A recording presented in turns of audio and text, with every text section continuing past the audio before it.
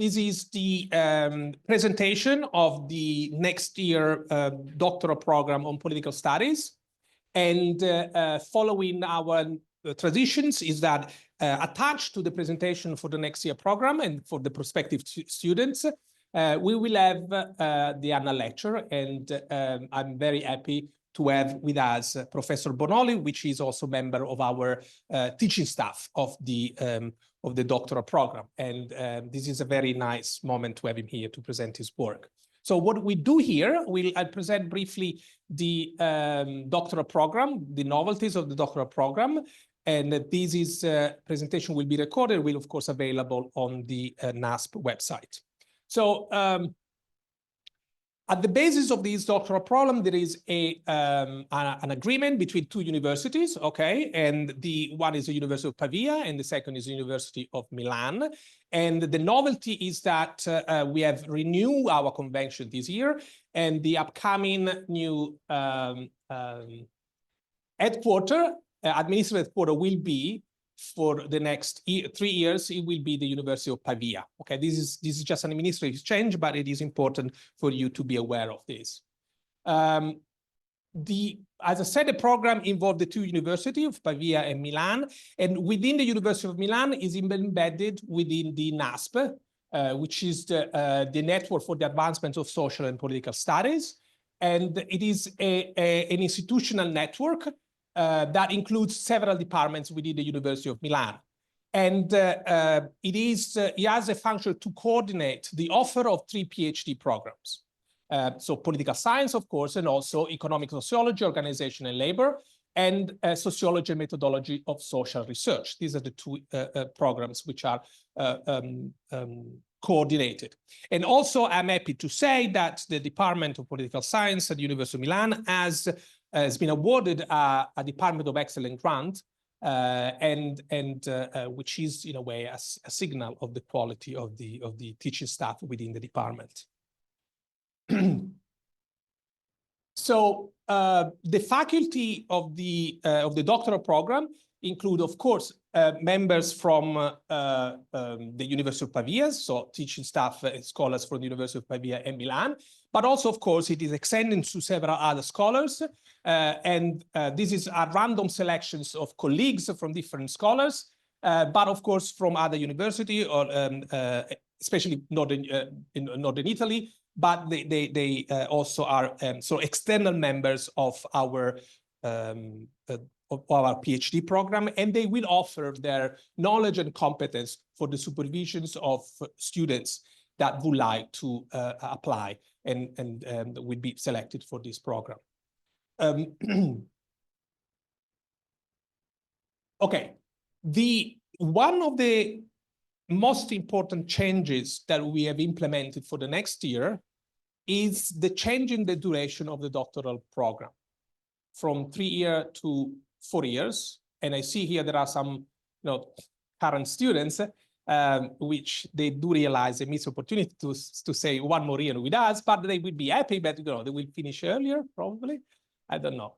But anyhow, so it is an opportunity. So we decided to modify the structure for the program for a series of reasons, because we are convinced that by doing so, we are probably likely both to attract, to even be more competitive on the doctoral program market, but also to offer the students the possibility to spend more time to produce better research in the long term. And this is essentially the primary hope of the change of the duration of the program. So essentially, the program is a taught PhD, which means that being a taught PhD means that the first year is primarily spent into developing, upgrading, expanding research skills, but also substantive skills. So skills in specific subjects, and sometimes even beyond your area of competence, because the idea is not only for you. Doing a PhD, it's a very specific type of work. Of course, the way you contribute to the literature is on a very small area, more or less. But we would like this opportunity to be also an opportunity to really grow and expand your knowledge well beyond your specific expertise. So it is an opportunity to learn not only research skills and so on, but it's also an opportunity to expand it a little bit, okay? Knowing a little bit more than your only research interest. So at the beginning, students might find it slightly frustrating because they might cover subjects that are not entirely overlap with their interest. But it is like, parents, they talk to their kids. It is for your own good, okay? Because it is undoubtedly a way for you to expand your knowledge well beyond. It is something that we'll probably appreciate in the longer period. So the way the PhD structure, the first year is mostly dedicated to, primarily dedicated to attending courses, exam. Of course, during the first year, you have to choose your supervisors. And there are various activities that you can follow, such as the seminar series, which is organized by the Nasp, by the doctoral program. I will say a little bit more about that as well. And you might also have the chance to attend various summer schools. The second and third year is dedicated really after you learn skills in the first year and you started to think about in more specific detail about research projects. The second and third year is primarily dedicated to refine your project. And if you have already, to start your empirical research, collect data, and to start about thinking and presenting your work. So you will be asked, for instance, to attend also a project colloquium where you will be asked to present part of the thesis in a very informal setting. But let's say it is a way for you to be slowly introduced to the demanding, environment, which is the academic environment, which is not always an easy environment, because being in academia means essentially facing criticisms, okay? That is what it means being in academia. So let's say in order to accept criticisms is that you need to develop a bit of a thick skin, okay? So you will be able to accept the fact that sometimes your work is criticized.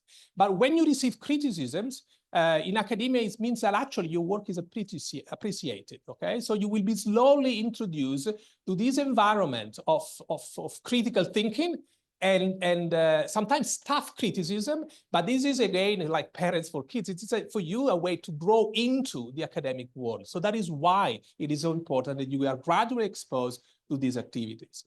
And of course, you have the chance to attend the seminar series, summer schools, and also you will have the chance to present for the first time your work to professional conferences across the globe, wherever you like, within your field or even general conferences. And that's where actually the first time where you will really experience what it means present your work in an academic conference. And of course, last year will be primarily spent dedicated to the writing your dissertations, of course, attending seminars, and so on and so forth. Participate in a conference, and of course, at the end, you will complete successfully your PhD program. Okay, so this is the objective of our PhD program. Okay, let me just briefly tell you a little bit what you have to do. I don't want to get too much into the specific because all the details are available on the website. So this is just the idea of the general structure of the taught courses, the taught component, which is the component of the first year, where there are method courses which are available from Nasp in a way. So that means for all the PhD students. So you will be part of an environment where there are not only students interested in politics, but as you see, there are students interested in sociology, economic sociology, and so on and so forth. So there will be, it is a very bright, it's a very wide, entertaining probably is not intellectually challenging. Okay, entertaining doesn't sound really intellectually challenging, but it is intellectually entertaining, let's say, okay? It is intellectually entertaining environment because it includes also different disciplines. So method classes, and then you might have to choose about specific tailored courses depending on your studies that you've done. So you might want to deepen your knowledge on some areas, or you might want to expand your knowledge, okay? So it's about choosing deepening or enlarging, which are always both very useful. And then there are a bunch of specific compulsory courses which are specific for the political science doctorate, and these are the ones which will be available there. Okay, I will not go too much into the specific, but that is, to give you the general structure of your of the taught component. Now, the political science is a broad subject, right? I mean, it covers many areas, right? comparative politics, international relations, public policy, and so on. So in order to give a little bit of structure to what you're doing, the way the doctoral program is organized along 5 research paths. What I want to emphasize here, those research paths are not mutually exclusive. It's not really a signal of the fact that they don't talk to each other, because they do a lot, okay? It's just to give a little bit of structure to the general knowledge of what political science is about, okay? So you will clearly find probably more affinity to some of your colleagues along those paths, okay? But this is a way to organize knowledge, and also is a way to, you are probably more interested in some areas, so you're more likely to pursue specific elective courses in order to strengthen and deepen your expertise in that areas. So the idea that there are 5 research paths that organize that are organized within the PhD program. The first one is comparative politics and political institutions in European Union politics, public policy and welfare states. Professor Bonoli will actually, his line lecture will be on this important topic, one of the major contributors on this topic across Europe, and we're very happy to have him with us. International studies, public opinion, political communication and political behavior, and political legal philosophy. So the idea behind this general structure is also because there are a series of seminars, okay, which are organized along these 5 pillars that cover these specific topics. So there are some thematic seminars that cover this topic. So if you're interested in public policy, you are recommended to attend some of those seminars.